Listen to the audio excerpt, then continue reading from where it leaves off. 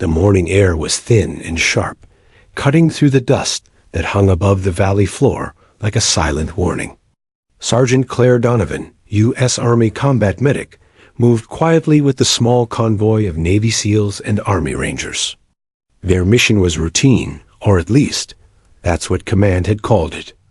A reconnaissance patrol through a narrow stretch of terrain north of Kunar Province, Afghanistan. But Claire had learned long ago that in war, routine was just another word for unprepared. She kept to the rear, her rifle slung low, medical pack tight against her shoulders. Her eyes scanned every ridge and crevice. Years of experience had sharpened her instincts into something close to second sight.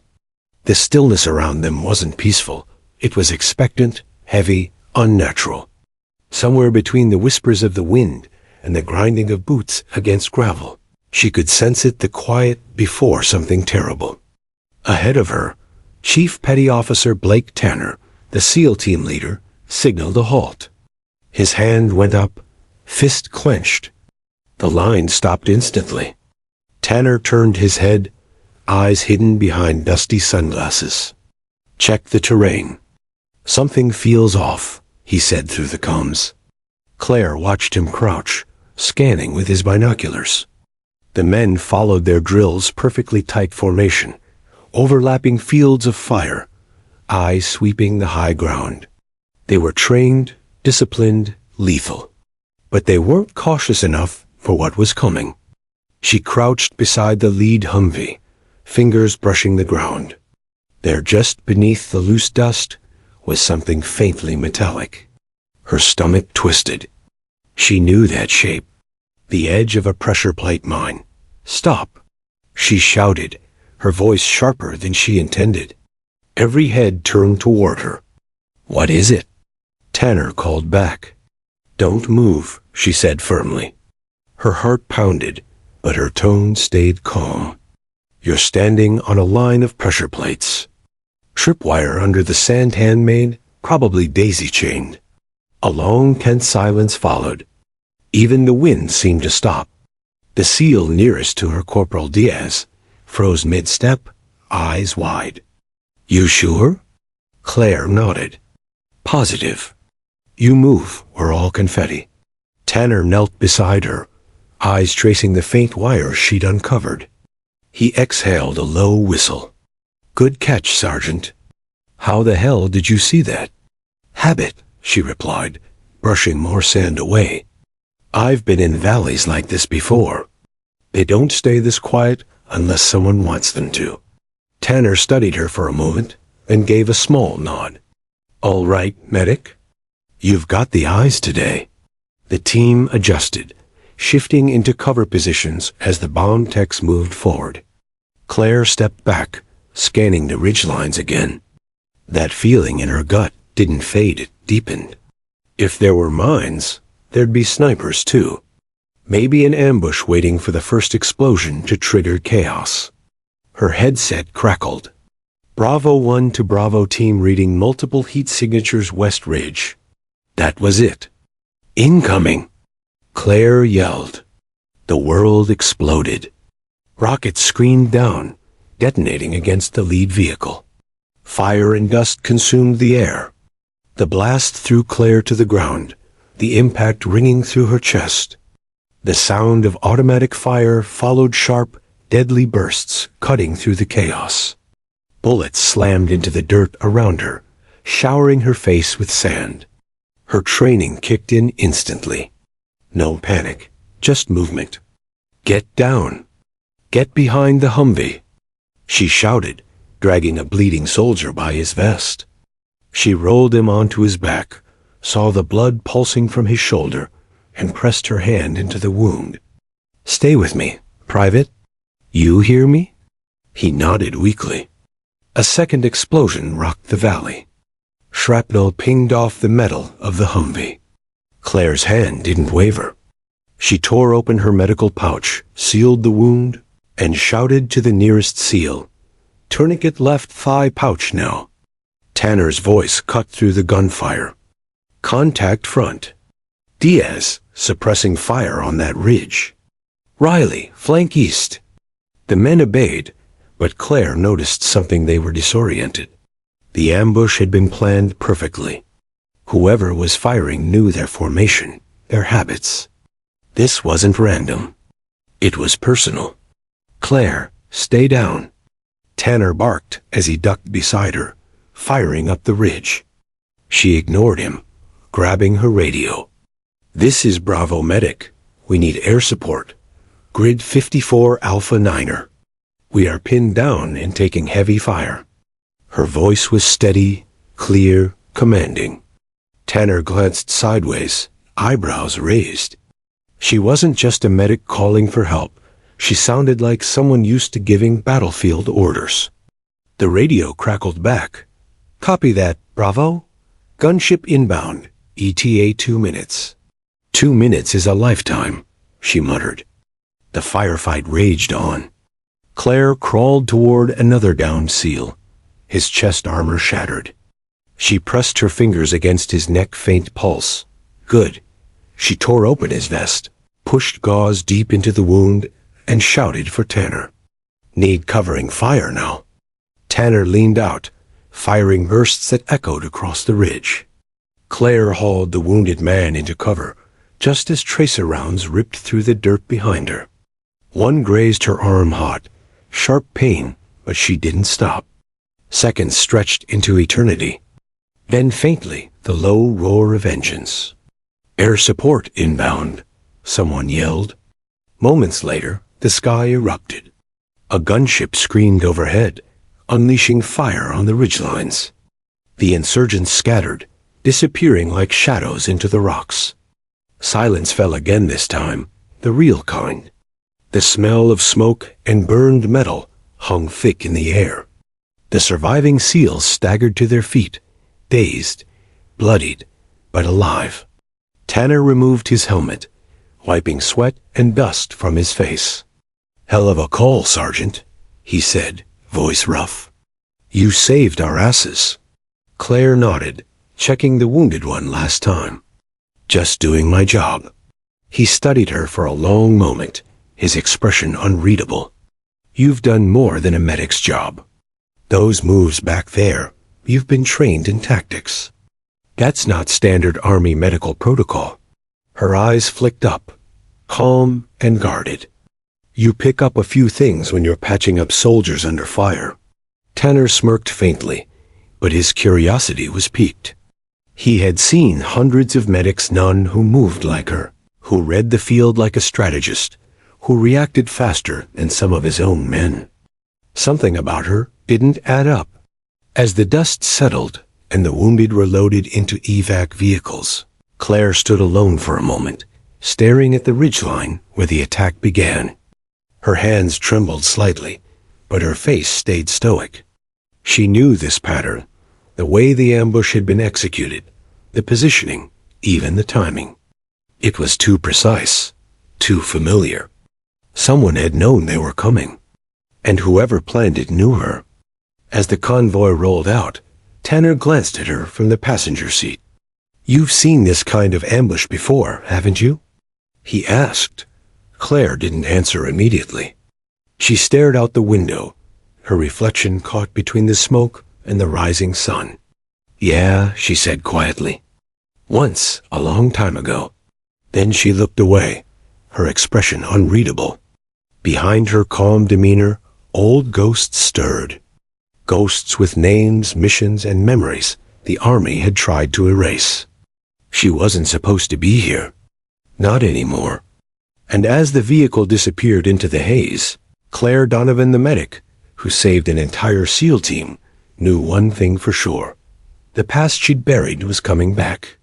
And this time, it wasn't coming quietly. The sun had barely climbed above the jagged Afghan ridges when the convoy limped into a temporary forward post, an abandoned mud-walled compound that smelled of diesel, blood, and burnt rubber. The aftermath of the ambush clung to every man in the unit. Their uniforms were torn, faces streaked with grime and exhaustion, but the disbelief was the same in every set of eyes. They were alive. And that miracle had one name attached to it, Sergeant Claire Donovan. Inside the compound, Claire moved from one stretcher to another, her gloves slick with blood. Her hands were steady, almost mechanical, but her mind raced. She'd seen ambushes before, many of them, but not like this. The pattern of attack, the spacing of the mines, the way the enemy had timed their fire. It wasn't random. It was professional. It was tactical. Someone on the inside had fed them intel. "Pressure's dropping, hang in there," she muttered, pressing hard on a bandaged wound. Private Jacobs whimpered beneath her hands. His skin was pale, eyes glassy, breathing shallow. She reached for the IV line, adjusted the flow, then tapped his cheek lightly. "Hey, stay with me, soldier. You're not checking out on my watch." Her voice carried authority, gentle but commanding. The other medics followed her instructions without question. She didn't bark orders. She guided them like a field surgeon leading a team in the middle of chaos. Every move was confident, practiced. Tanner watched from the doorway, arms crossed, face unreadable. He had seen plenty of medics patch up soldiers before, but never like this. She moved with tactical awareness, her eyes scanning every angle of the room as if expecting another attack. Every few minutes, she'd glance at the ridgelines through the broken window, checking for movement. It was instinctive, second nature. And it wasn't standard Army Medical Corps behavior. When the last patient stabilized, Claire finally took a seat, wiping her brow with a bloodied sleeve. The smell of gunpowder still clung to her uniform. Tanner approached slowly, boots crunching against the dirt. "You should rest," he said. "I'm fine," she replied. "Fine," he echoed, a faint smirk on his lips. That's what every soldier says before passing out cold. I'm not every soldier. Something about the way she said caught him off guard. There was no arrogance, just quiet certainty. He tilted his head, studying her. "You saw that mine before anyone else. You coordinated comms, air support, even covered fire for the men. That's not just instinct, Sergeant. That's training special forces level training." Claire met his gaze, her expression calm, but her heartbeat spiking. "Maybe I pay attention better than most. Or maybe you've done more than you're admitting." She didn't flinch. "You're reading too much into it, Chief." But Tanner wasn't convinced. The SEALs had a saying, "Trust your gut, or die ignoring it." His gut told him Claire Donovan was not who she said she was. Outside, the desert wind howled across the open valley, carrying whispers of dust and distant thunder. The comms operator stepped in, voice tense. "Chief, satellite recon picked up chatter-insurgent movement along Route Delta, same area we just cleared." Tanner frowned. "They're repositioning already?" "Affirmative. Command says it's a large group. We're talking at least 30 armed." Claire looked up sharply. "They're coming back to finish the job." Tanner turned toward her. "You think they're targeting us again?" "I know they are," she said, standing. "That wasn't just an ambush, it was a probe. They were testing our response. Now they know our route, our call signs, and how we move.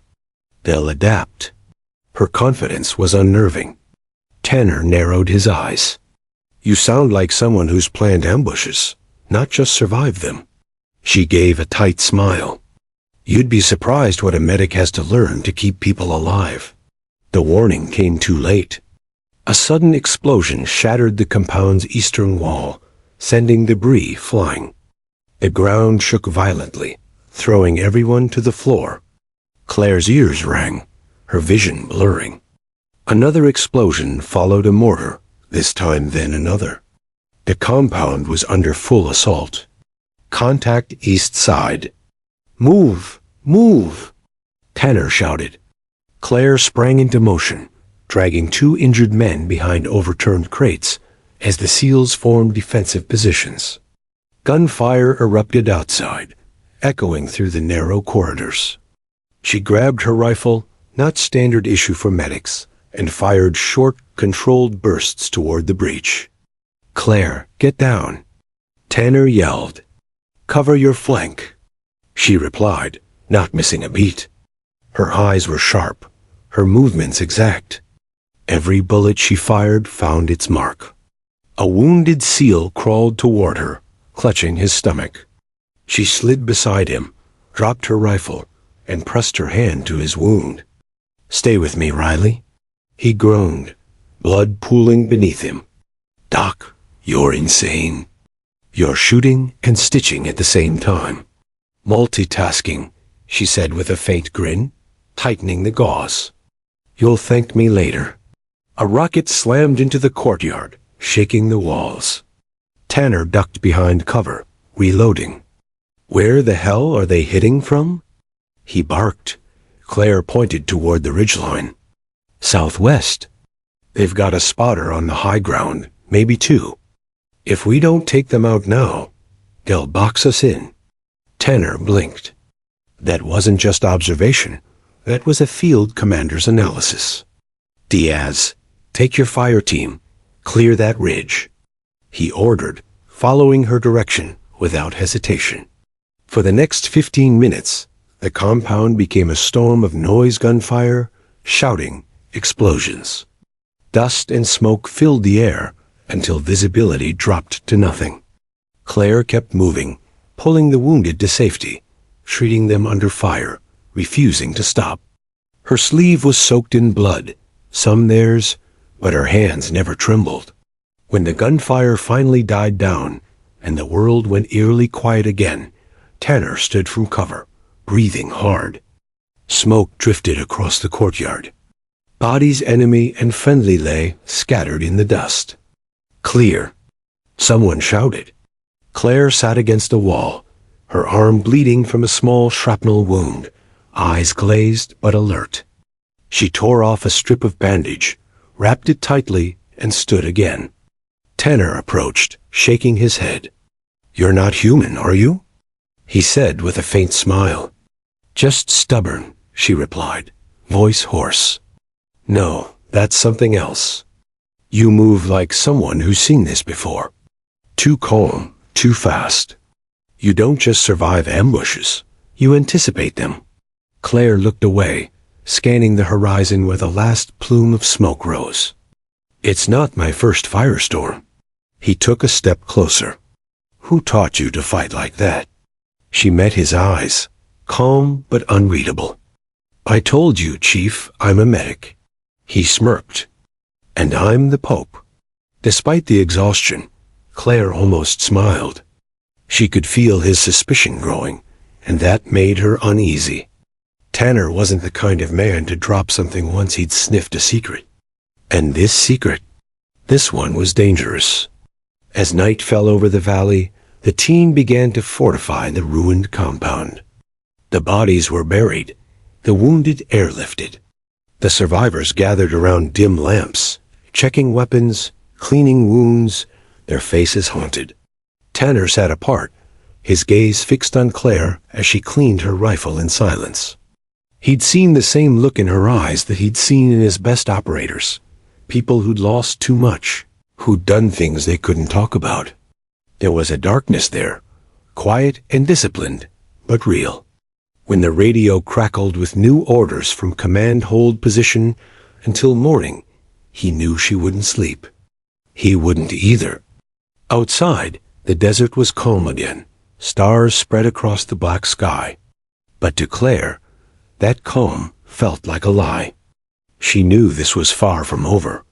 And as she watched Tanner studying her from across the firelight, she felt that old buried fear crawl up her spine, the fear she'd spent years suppressing.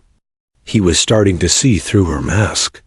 And once he did, there'd be no turning back. The compound was quiet now, too quiet. The kind of silence that followed chaos, heavy and fragile, as if the world itself was holding its breath. The air smelled of dust, diesel, and burnt gunpowder. Somewhere in the distance, a dog barked. A faint wind blew through shattered windows, carrying the ghosts of the firefight that had nearly ended them hours ago. Sergeant Claire Donovan sat near the edge of the compound, knees drawn up, her back against the cold wall.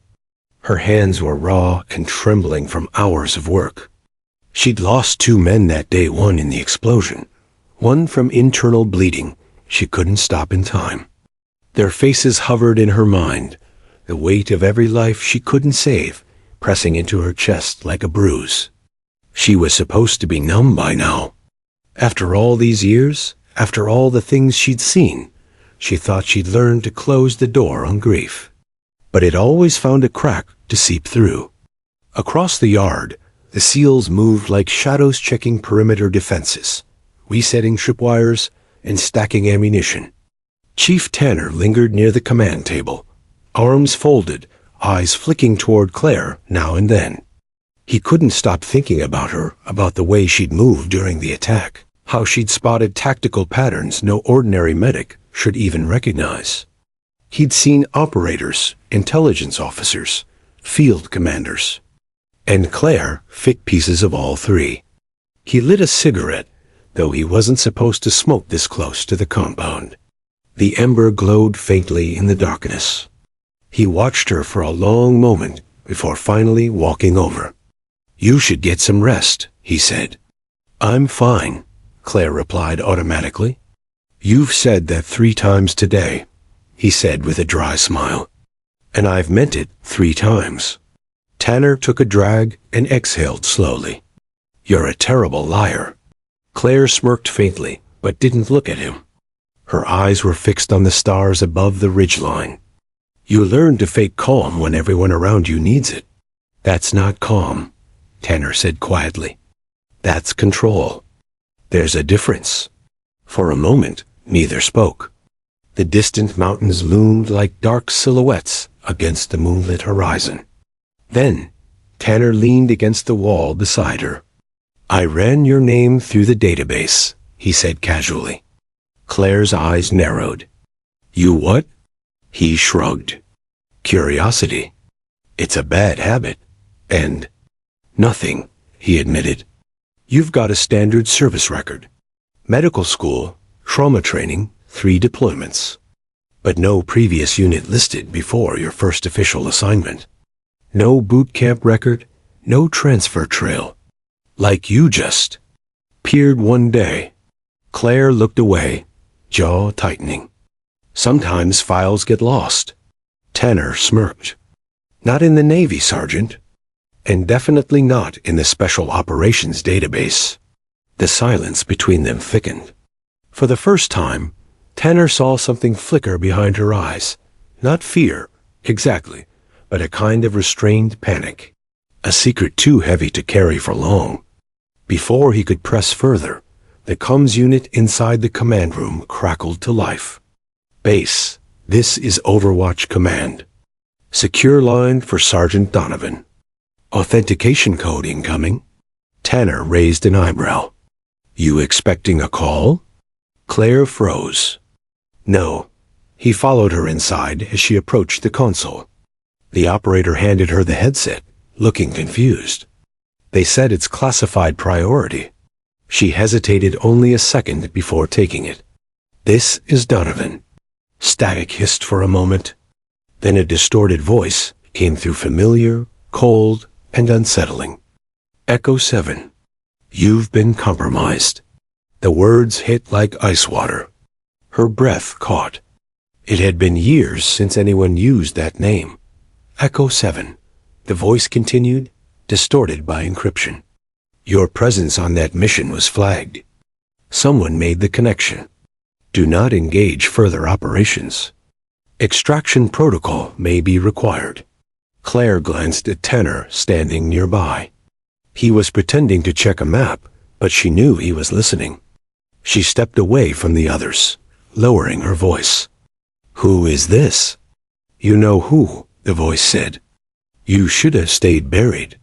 There's a bounty on your head, now high-value target. They know Echo 7's alive." Her pulse pounded. "Who leaked it?" "Internal. You're not safe inside the system anymore. Do not trust your command chain." The line went dead. Claire stood frozen, headset still in her hand. Her heart hammered against her ribs. Echo 7.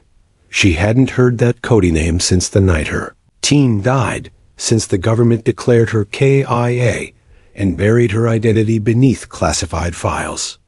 She was supposed to be gone forever. Tanner stepped closer, voice low. "What was that?"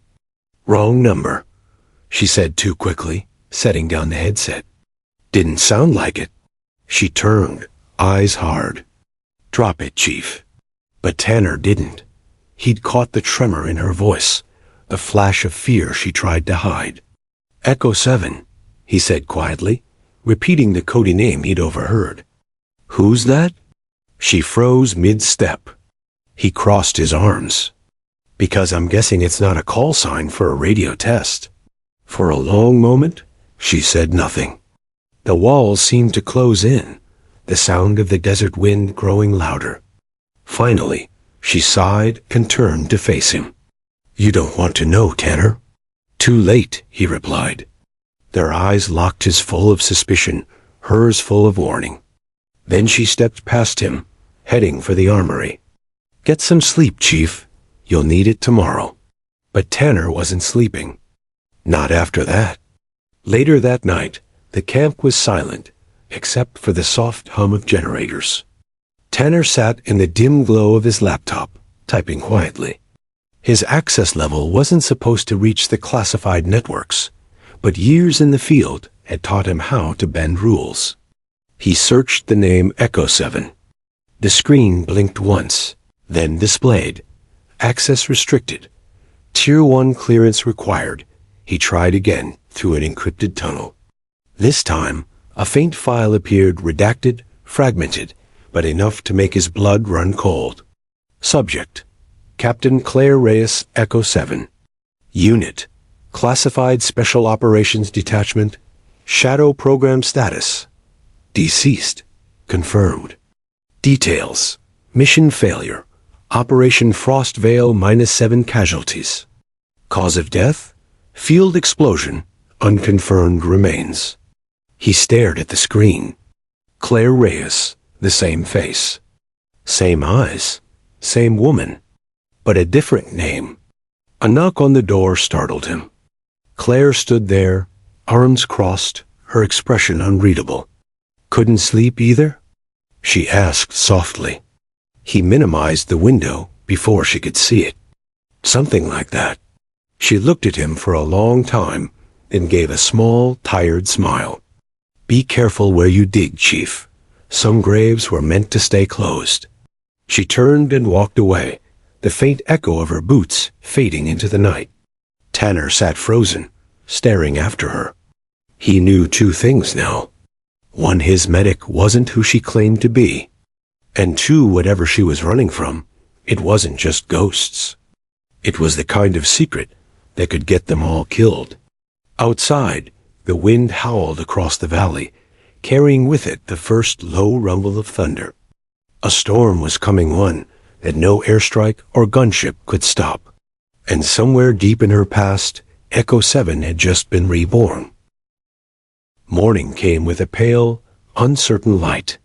The desert horizon glowed faintly pink, but the air was still cold, carrying that uneasy calm that often preceded something terrible. The SEALs moved methodically, repairing the perimeter and loading supplies for a reconnaissance sweep. Everyone looked tired, but nobody dared show it. Claire Donovan, no, Claire Reyes, though nobody knew that name, yet stood near the gate, scanning the distant ridgeline through her scope. Her movements were precise, calm, detached. Yet inside, her mind was chaos. That voice from the night before echoed in her skull. "They know you're alive." She'd spent years burying Echo 7, scrubbing her name from systems, changing her identity, building a new life as a medic, someone useful, invisible, safe. And now it was all unraveling. Behind her, Chief Tanner approached. He moved quietly, but she could feel him there. "You didn't sleep," he said, his tone more observation than question. "Neither did you," she replied without turning. "Yeah, well, he said. Hard to sleep when your medic's getting calls from ghosts. She turned slightly, her expression unreadable.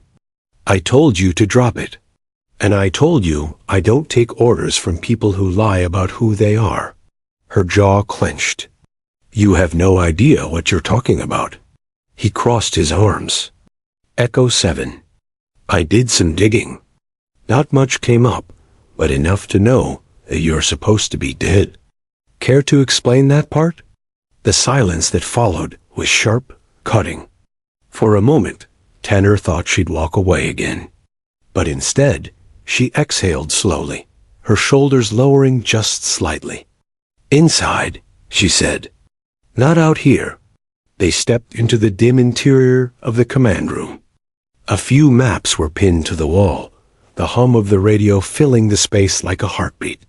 Claire closed the door, checked the corners, and finally faced him. My name is Captain Claire Reyes, she said quietly. Or at least, it used to be. Tanner said nothing. He just watched her. I was part of a covert unit shadow program. We operated outside official command, answering directly to a black cell within the Department of Defense. Our missions didn't exist on paper. We neutralized high-level threats, gathered intelligence from places we weren't supposed to be. No uniforms, no traces. Her eyes drifted toward the map on the wall, as if she could see her past bleeding through the lines of it. 3 years ago, my team and I were sent into Eastern Europe for an op called Frost Veil, extraction of a defector. Simple in theory. But we were betrayed. Someone sold our coordinates. She paused. Tanner could see the pain flicker across her face, an old wound reopening. We were ambushed. My entire unit was killed. I was injured, left for dead. Command declared us KIA to cover the failure. And that was fine by me. I stayed dead. Tanner absorbed every word, trying to piece it together. So, you changed your name, joined a new unit as a medic? She nodded. It was the only way to keep moving. No one looks too closely at a medic's file. Everyone just assumes you're there to patch wounds, not open old ones. He ran a hand through his hair. And now someone knows the truth. Someone always does, she murmured. The people who leaked our position, they weren't foreign operatives. It was internal. Someone inside wanted the shadow program gone. And if they found out I survived, they won't stop until I'm erased properly this time. Tanner's eyes narrowed. So what? They'll come after you? Out here? Not just me, she said. Anyone near me. That means your team. He stepped forward, his tone firm. You should have told me this last night. She looked up sharply. And what would you have done? Thrown me in cuffs? Called HQ? They'd pull you off this op in a second. They'd say it's for protocol, but really, it's to make me disappear. Tanner hesitated. He hated that she was right. Outside, one of the SEALs called out, "Movement on the ridge." Both of them rushed out. Dust kicked up beyond the perimeter, several figures moving fast, low, and coordinated. Not locals. Claire's stomach dropped. She knew that formation. They're pros, she said. 2 fire teams. 40 meters out. Tanner barked orders. Positions. Get those 50 cals hot. Bullets began slicing through the morning air. The compound roared to life, metal clanging, boots pounding, gunfire echoing off the valley walls. Claire sprinted for the armory, grabbing a rifle and med kit. She moved with a speed Tanner hadn't seen before, fluid, tactical, surgical. She didn't fight like a medic. She fought like a ghost. Left flank. Someone shouted. Claire darted behind a truck, firing in controlled bursts. One attacker fell. Another retreated behind cover. The precision in her aim was chilling. Tanner ducked beside her, firing over the hood. These guys aren't random insurgents, he said. No, she replied grimly. They're cleaners? Cleaners? They come when a secret's leaked. Their job isn't to win a fight, it's to erase witnesses. He glanced at her. So they're here for you, and anyone standing next to me. The firefight raged on. Dust clouds, muzzle flashes, screams. Claire dragged a wounded SEAL to cover, patching a bullet wound while returning fire with her other hand. Tanner watched, awed and alarmed at the same time. She wasn't just surviving, she was leading, commanding instinctively, like someone who'd done this 100 times before. Minutes stretched into an eternity, until finally the last of the attackers retreated into the hills. Silence returned, broken only by the sound of labored breathing and the crackle of burning debris. Tanner lowered his weapon. Everyone accounted for? 2 wounded, no fatalities, Claire said, checking pulses. They'll live. He nodded, then turned toward her. You knew they'd come. I suspected, she said softly. He clenched his jaw. And you didn't tell me? Would it have changed anything? She shot back. You'd still be here. You'd still fight. That's who you are. He stepped closer, his voice low but sharp. You put my men in danger. I put myself in danger, she said. They came because of me, not you. That doesn't make it better, he growled. Her eyes met his fierce, defiant, unflinching. You think I wanted this? You think I enjoy being hunted by the same system I bled for? I didn't ask to survive, Chief. I just did. For a moment, the tension between them was electric anger, guilt, respect, and something else neither could name. Then, from the distance, came a faint whine rotors cutting the air. Tanner looked up. Helicopters? Claire's face paled. They're not ours. Black shapes appeared over the Ridge 3 unmarked helicopters, moving fast and low. She grabbed his arm. We need to move, now. Where? North Ridge. There's an old smuggler's route that cuts through the canyon. They won't risk flying too low there. The SEALs began scrambling to pack up, wounded men slung over shoulders. Tanner hesitated, looking at her. You really think they'll chase you that far? She looked back toward the sky, the choppers closing in. They won't stop until they see a body. He swallowed hard. Then they'll have to go through me first. A small, grim smile flickered across her lips. Careful what you promise, Chief. You might just mean it. As the first rockets struck the compound, the world exploded into fire and chaos.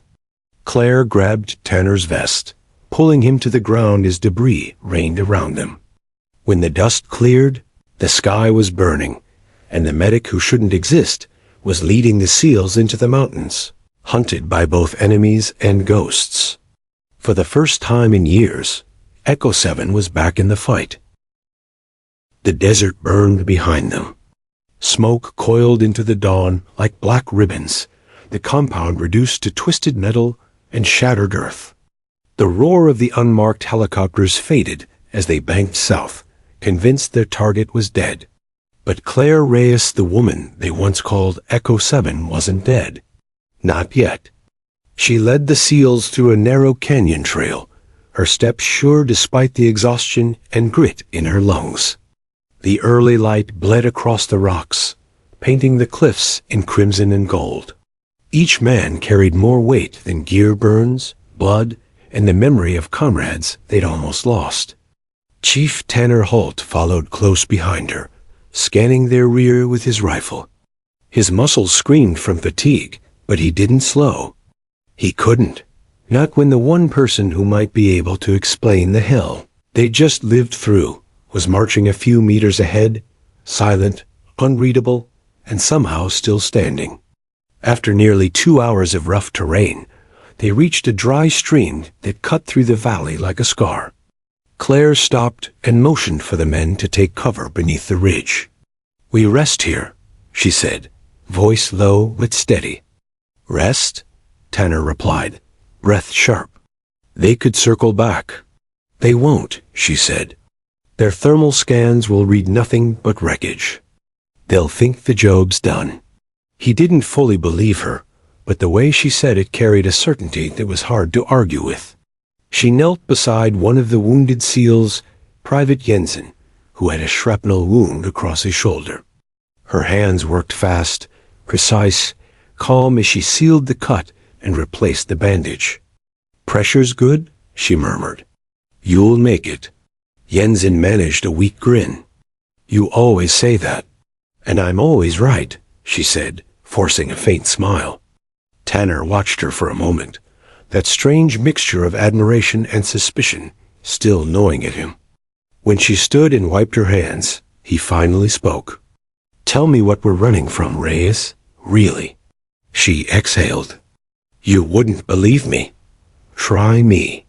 Her eyes flicked to the horizon, where the sun was just breaking through the smoke. "You ever hear of a man named Adrian Keene?" Tanner frowned. "The defense contractor? Founder of Keene Dynamics? They build drone guidance systems. That's the one." She hesitated. He was the one who funded the Shadow program. Officially, it was a black-budget initiative under the DoD. Unofficially, it was a proving ground for his private military technology. We were field tests ghosts with guns, wearing American flags on our shoulders while testing his prototypes in real missions. Tanner's grip tightened on his rifle. "You're saying your unit was a corporate experiment?" "Not at first. But after Frost Vale, when the op went bad, Keene blamed us for exposing his tech.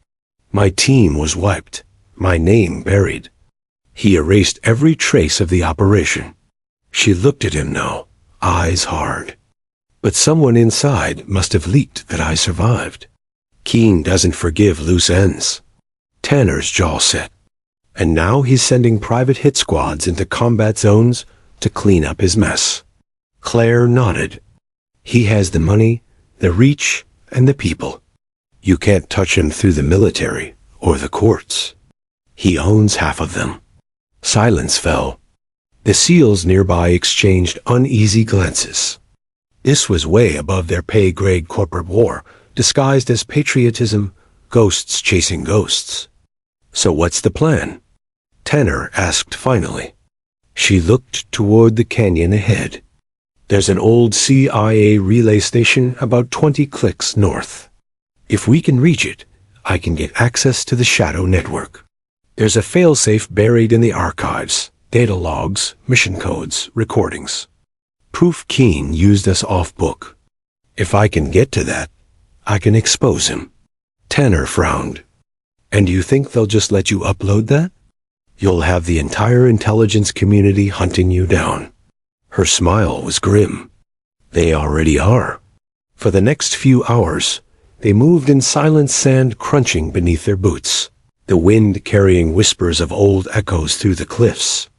Every so often, Claire glanced at the horizon, calculating distance, direction, survival odds. By midday, the heat was brutal. Their canteens were half empty, and the men's tempers were fraying. Tanner could feel the weight of leadership pressing harder than the desert sun. He wasn't supposed to be here running from ghosts, protecting a woman who'd already died once. He caught up to her again. "You know, you're lucky my men trust me.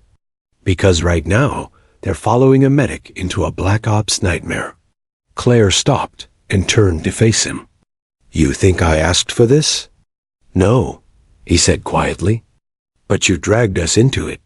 Her voice softened, just slightly. "If I hadn't stopped that ambush, your team would have been dead 3 days ago. I didn't drag you into this, Tanner. You stepped into my war when you stayed." He wanted to argue, but she was right. Somewhere between suspicion and survival, he'd chosen to believe in her. Before he could reply, a faint buzz cut through the silence. "Drones, down!" Claire hissed.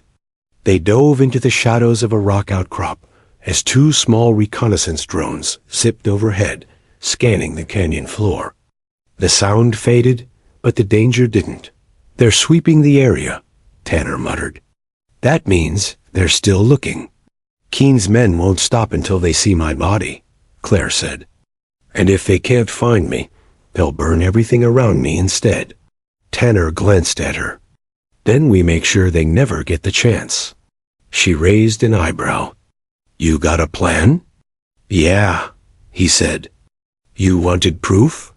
Let's give Keen something to chase. By nightfall, they'd set their trap. Using old signal flares, empty fuel cans, and scavenged heat blankets, they rigged a decoy camp 2 valleys away. Claire calibrated a hacked beacon and old SEAL locator set to broadcast her biometric data and the team's radio frequency. They'll think we're camped here, she said, stepping back. By the time they drop in, we'll be 20 clicks out. Tanner nodded. Good. Let them hunt ghosts. As they moved out under cover of darkness, Claire stole one last glance at the decoy flames flickering in the distance. For a moment, she wondered if her life had always been like this, lighting false fires to keep predators off her trail. But then, something unexpected stirred inside her. Not fear, not guilt, purpose. The woman who had once been buried by lies was starting to claw her way back to the surface. Hours later, the canyon opened into a wide basin. The air was cooler here, the stars sharp and bright above. In the distance, Tanner spotted what looked like a rusted radio tower half collapsed against a cliffside. There, Claire said, her breath catching. That's the relay station. The team approached cautiously. The building was small, half buried by sand, but still intact. Claire's heart pounded as she stepped inside, the old steel doors creaking open. Inside, dust motes floated through beams of moonlight. The place smelled of rust and time. She knelt at an old console, brushing away sand and flipping open a panel. If this still has backup power, we can access the Shadow Archive. Tanner helped her connect the cables from her field terminal. The old screen flickered, sputtered, and then came to life with a weak glow. Shadow Network Interface Access Level. Classified User. Authentication. Redacted. Claire's hands trembled slightly as she typed. Password after password. Encryption codes. Finally, access granted. Tanner leaned closer. What are we looking for? She whispered. The truth. Lines of data scrolled across the screen: mission logs, video feeds, encrypted transmissions. And then one file blinked red. Operation Frost Veil. Debrief recording classified. Claire clicked it. The speakers crackled. Then a voice filled the room, a deep, measured tone she hadn't heard in years. This is Adrian Keen. Shadow assets are expendable.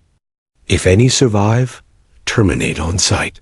The room went still. Tanner's eyes widened. Claire's face hardened. We've got him. But before she could copy the file, the screen flashed. Intrusion detected. Trace initiated. Her blood ran cold. They found us. Tanner grabbed his rifle. Then we move now. As the first hum of incoming drones echoed through the canyon, Claire ripped the hard drive free, clutching it like a lifeline. For the first time, she wasn't just running to survive. She was running to expose the man who had buried her and her entire unit with lies. And this time, Echo 7 wasn't going to vanish quietly. The first drone appeared before dawn, its searchlight slicing through the desert darkness like a blade.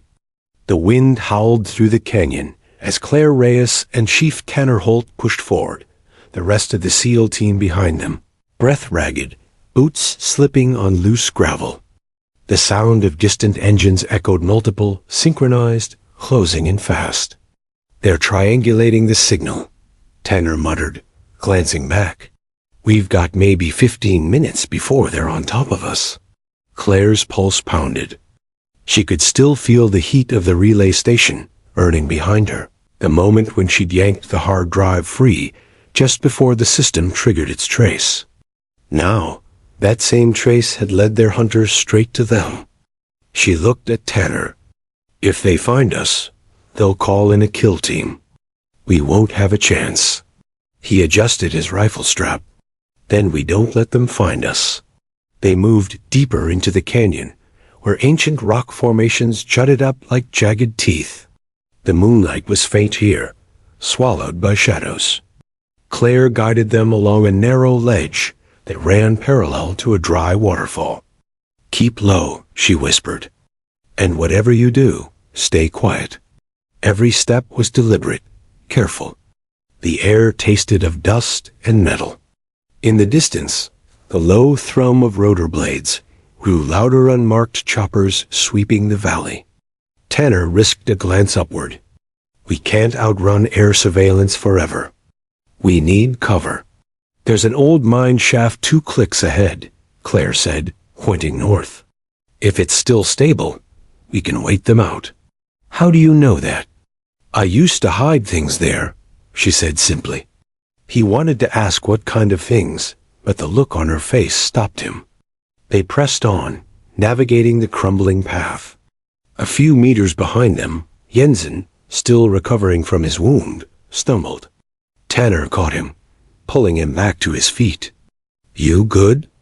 "Yeah, Chief," Jensen grunted. "Just a scratch." Claire shot him a look. A scratch doesn't bleed through 3 layers of gauze. "Save your breath." Tanner almost smiled. Even now, being hunted by an army, she was still the medic, still the soldier who wouldn't let anyone fall behind. Then, suddenly, the night exploded. A drone burst over the ridge, its floodlight cutting across the canyon floor. Machine gun fire rattled from above. The team dove for cover as bullets tore through the sand. "Go!" Tanner shouted. Claire grabbed Jensen's arm, pulling him behind a boulder. She drew her sidearm and fired upward 3 quick shots. The drone spun wildly, sparks bursting from its underbelly before it crashed into the cliffside. But it was too late. The enemy had their location. "Move!" Tanner yelled. "They'll send ground troops next." The SEALs surged forward, sprinting through the canyon as the sound of engines grew louder. Dust clouds rose behind them, armored vehicles tearing through the valley floor. Claire's lungs burned, but she didn't stop. Every second mattered. Every step was survival. By the time they reached the old mine entrance, the first rays of dawn were breaking across the horizon. The opening was narrow, half collapsed by years of erosion. Claire ducked inside first, flashlight beam slicing through the darkness. "It's clear," she whispered. The team filed in one by one, the air growing cooler, heavier with the scent of old earth. Once everyone was inside, Tanner pulled a rusted steel plate across the entrance. The world outside vanished, swallowed by silence. Inside, their breaths echoed off the stone walls. Jensen slumped against a rock, clutching his shoulder.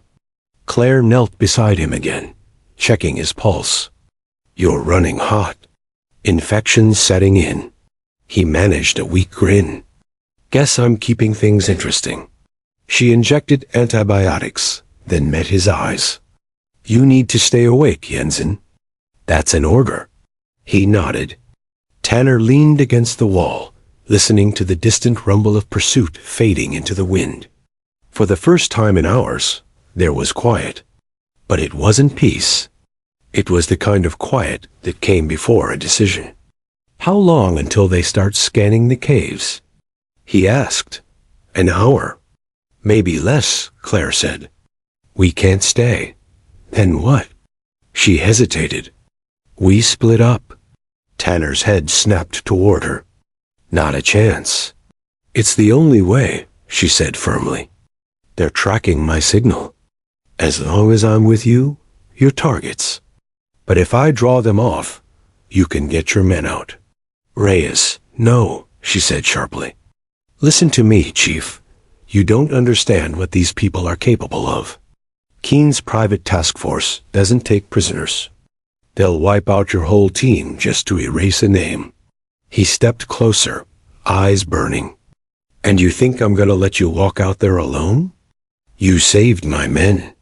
You think I'm gonna pay that back by letting you get killed? I don't plan on dying, she said, voice steady. But if one of us doesn't make it, it should be the one who's already supposed to be dead. The words hung between them, heavy and true. For a long moment, Tanner said nothing. Then he clenched his jaw.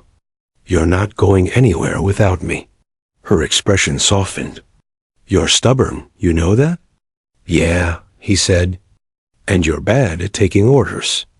Guess we're even. She exhaled half frustration, half relief. Fine, but when this goes south, you don't hesitate.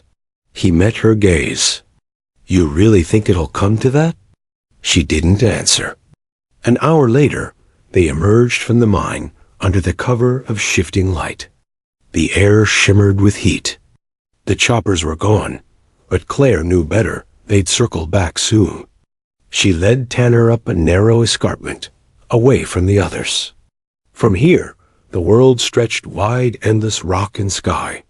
Below them, in the distance, black vehicles cut across the desert floor like insects. They're sweeping west, Tanner said. We've got time.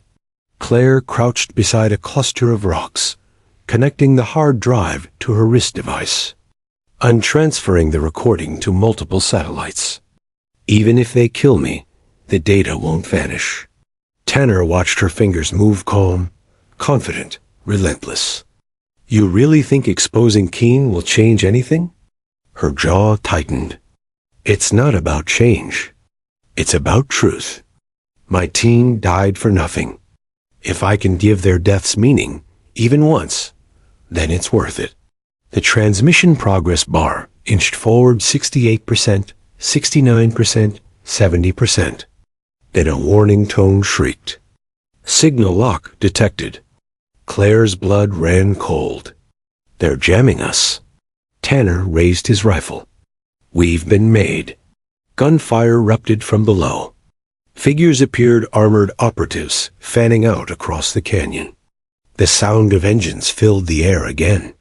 Go, Claire shouted. Head east. Tanner covered her as she fired from the ridge. Every shot echoed across the valley. She moved with machine precision-controlled bursts, each bullet finding its mark. Then something slammed into the rocks beside her, an explosion that threw her backward. Dust filled her lungs. Tanner pulled her up, shouting her name, but his voice was lost in the chaos. She looked down at the hard drive, cracked, sparking, the data still flickering. 92%. Almost done. Claire. Tanner roared, dragging her behind cover. You're hit. She glanced at her arm, blood soaking through her sleeve. Doesn't matter. The upload's almost complete. Forget the upload. We need to move. She met his eyes, voice fierce. This is the only proof we have, Tanner. If I die here, fine, but this gets out.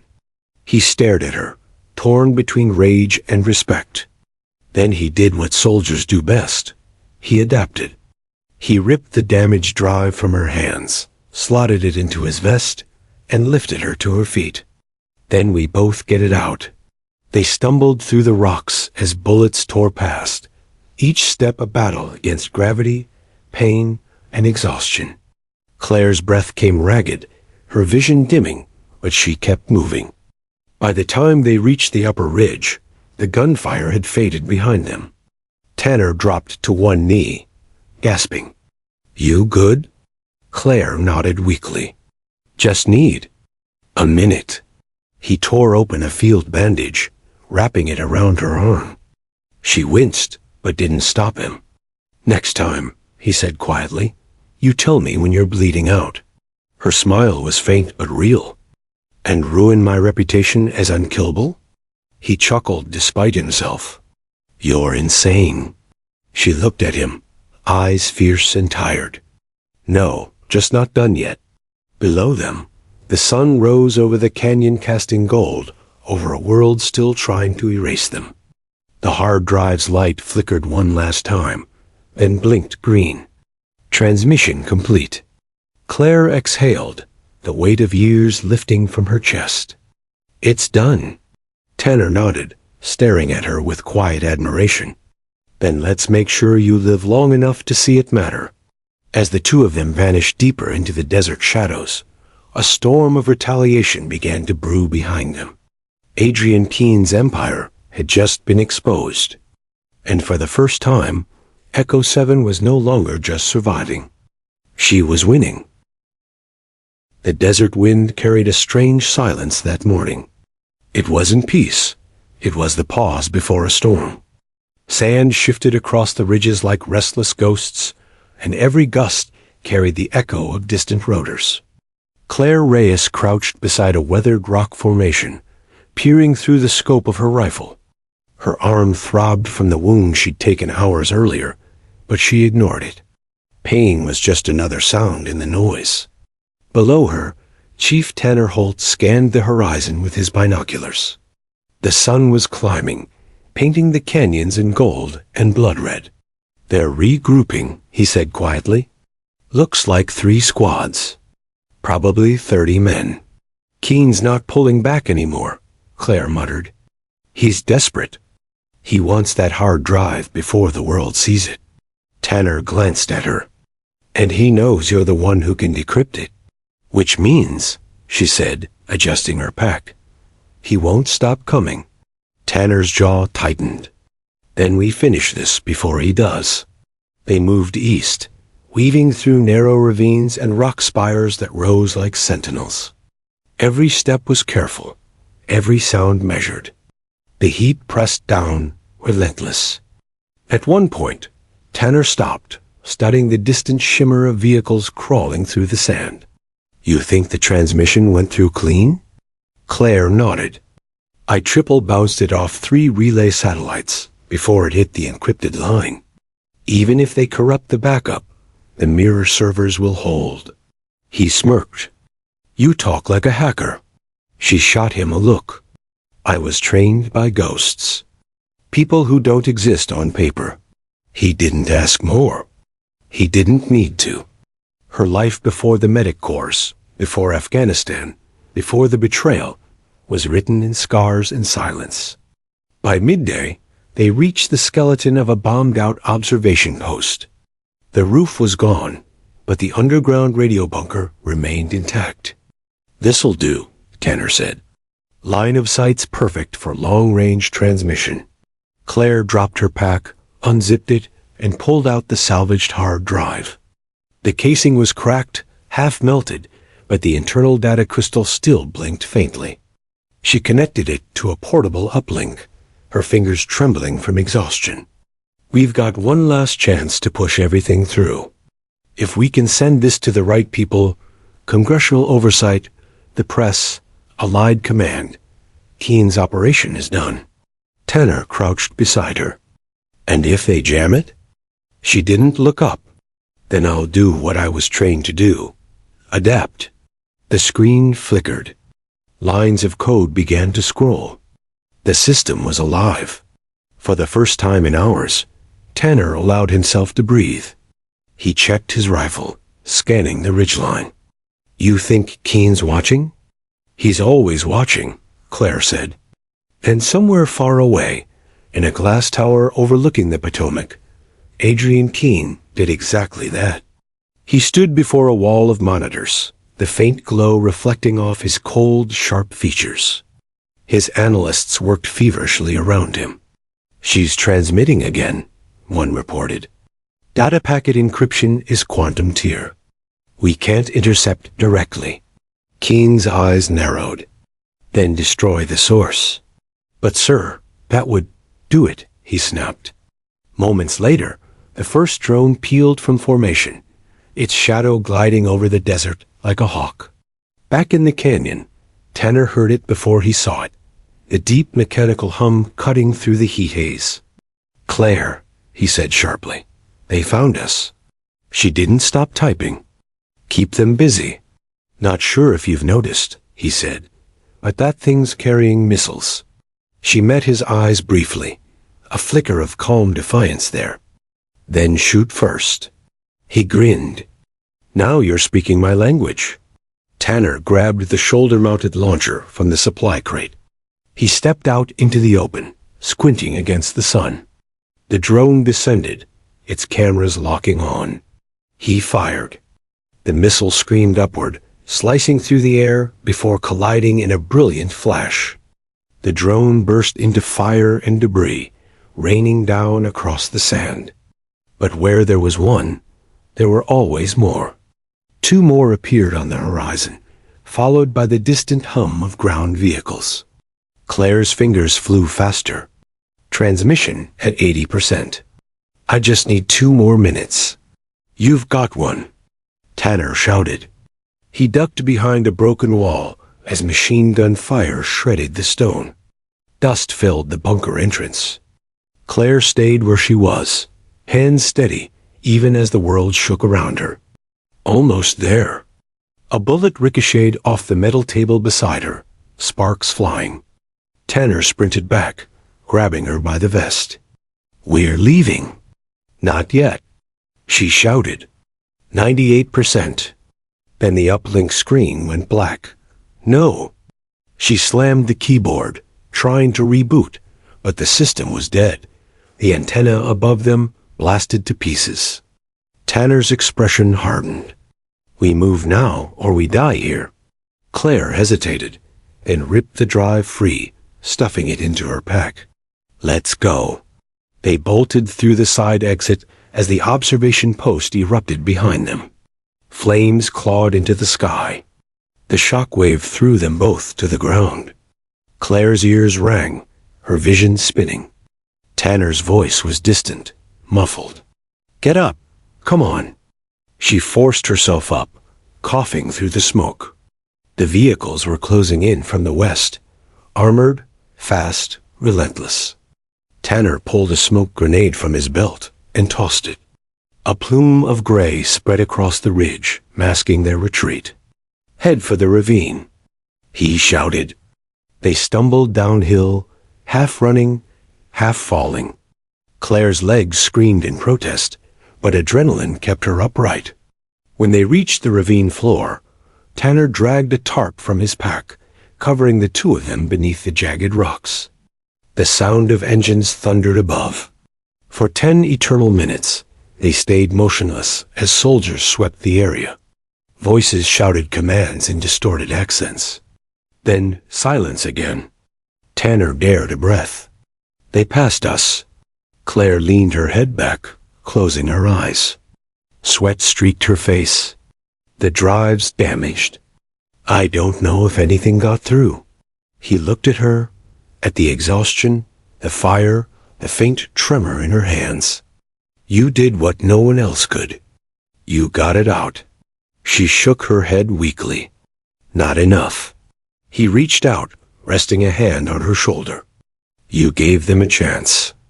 That's more than anyone's done in years. Far away, in a quiet Pentagon sublevel, an encrypted message appeared on a secure terminal. The metadata was scrambled, the signature erased, but the contents were unmistakable. Files from Project Sable, evidence of Black Ops funding, civilian casualties, illegal biowarfare trials. And stamped at the bottom, property of the U.S. Department of Defense, Special Access Division. The message had gone through. Barely, but enough. In the desert, Tanner and Claire emerged from hiding hours later, the sun low on the horizon. They stood in silence, looking at the wreckage of what they'd escaped. Claire exhaled slowly. If that data got through, Keynes finished. Tanner nodded. And if it didn't? She smiled faintly. Then I'll send it again. He laughed softly, a rough, weary sound. You never stop, do you? She met his gaze. Neither do you. They began walking, side by side, their shadows stretching long over the sand. Behind them, the sky burned orange, and the world that had tried to bury them now stood on the edge of exposure. But in Keene's tower, the man himself wasn't finished. He watched the reports flood in, his empire crumbling in real time. Still, he smiled. Activate contingency protocol. he said. If I'm going down, I'm taking her with me.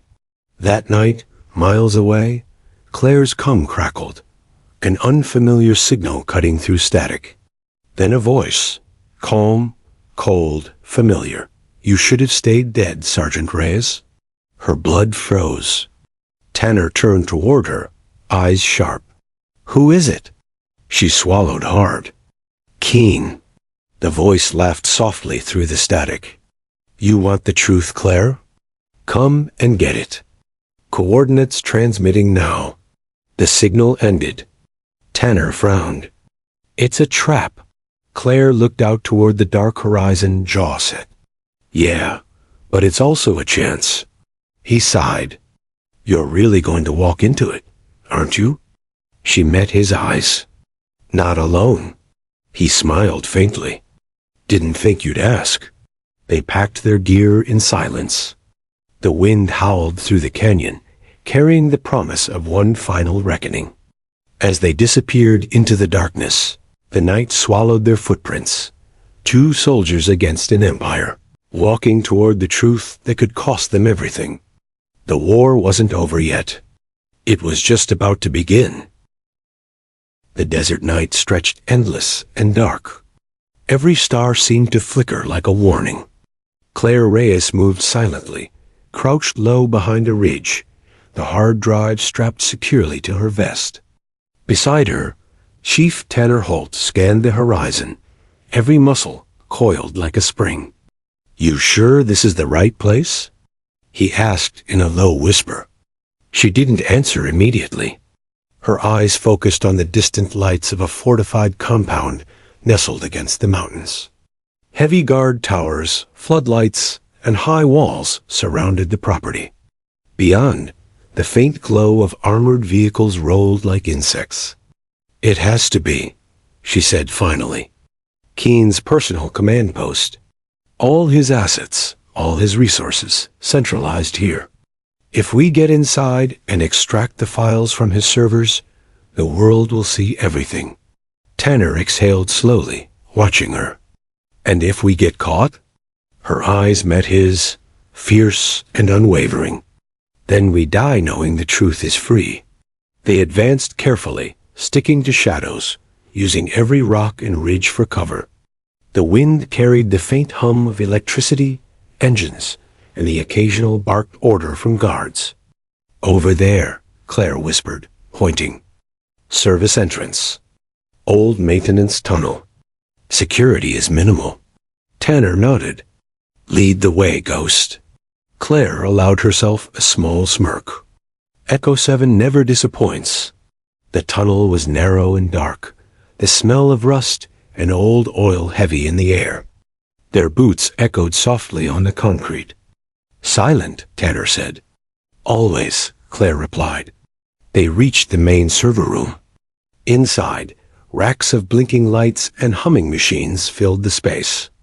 Claire approached the central console, her fingers flying over the keyboard, bypassing encryption layers like a seasoned hacker soldier.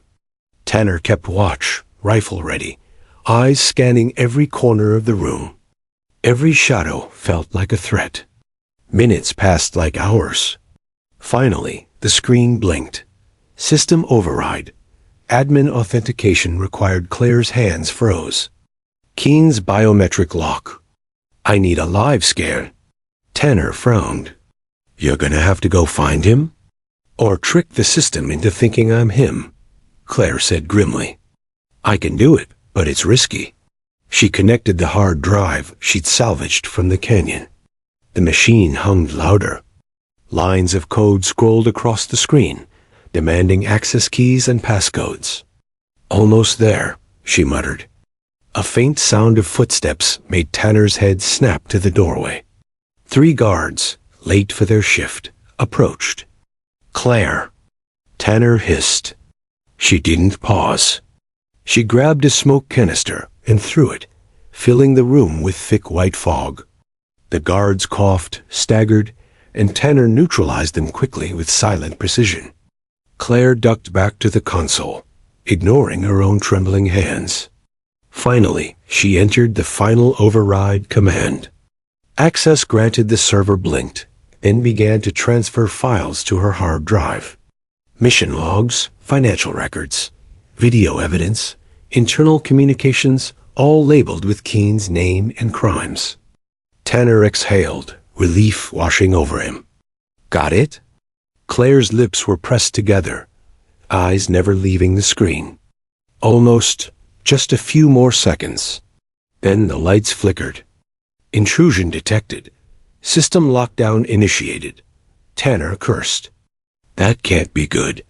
Claire's fingers flew across the keys. It's bad. Very bad. The door slammed open. Adrian Keen stepped inside, flanked by 2 bodyguards, all armed and deadly. Well, well, he said, voice smooth and cold. Echo 7 and her friend. How touching. Claire didn't flinch. Keen, it ends tonight. He smiled. Ends? I don't think so. You're trespassing in my empire. You'll die here, and no one will know the truth.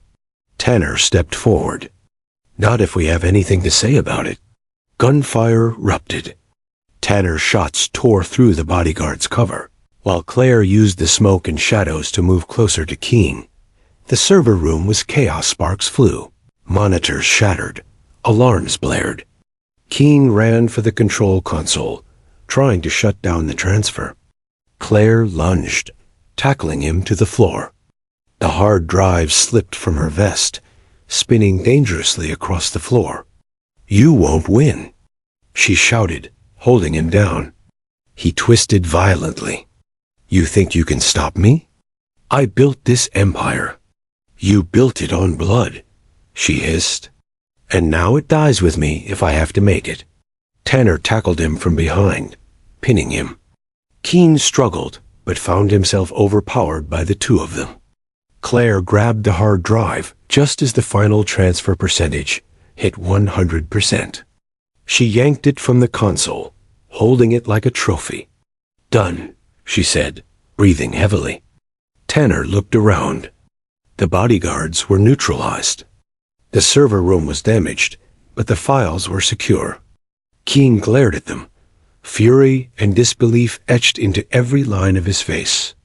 This isn't over, he spat. You'll regret this. Claire stood, weapon aimed at him. No, this is over. The world knows everything now. You've lost. Tanner cuffed him, using Keen's own security gear. Time to face justice.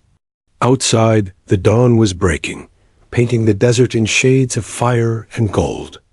Emergency sirens approached in the distance. Government forces, alerted by the encrypted transmission Claire had sent earlier. Keen's empire was crumbling. Claire and Tanner stepped out into the light, bruised and bloodied, but victorious.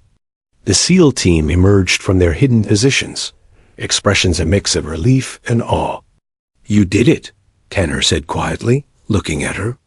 Claire shook her head. We did it. Everyone who fought with me. Everyone who died. They deserve this truth. He studied her face, seeing not just the medic he knew, but the soldier she had always been, the ghost, the survivor, the force that refused to be erased. And now? He asked. She smiled faintly, exhaustion written on every line of her face. Now, we finally get to live. Or at least, try. Months later, Adrian Keen was facing trial. Evidence from the hard drive had exposed years of corruption, illegal operations, and covert assassinations. His empire collapsed under public scrutiny, and those who had once feared him finally breathed freely. Claire returned to the SEAL team, not as a ghost, not as someone erased, but as herself. Her past as Echo 7 was no longer a secret, but a badge of honor she had earned with blood and courage.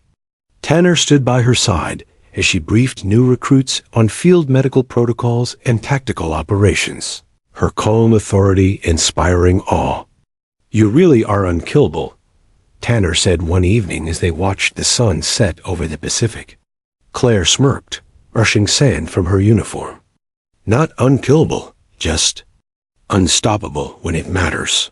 He shook his head, smiling. You make it hard to stay retired. She laughed softly, a sound that carried hope and relief. Then don't. Together, they watched the horizon. The wars of the past would not define them. They had faced ghosts, corruption, and betrayal, and survived. Some secrets were meant to be buried. Others were meant to be revealed. And Echo 7, the combat medic who had stopped ambushes, survived betrayals, and uncovered the darkest conspiracies, had finally walked into the light. The desert wind whispered through the cliffs, carrying a single truth: the brave never fade.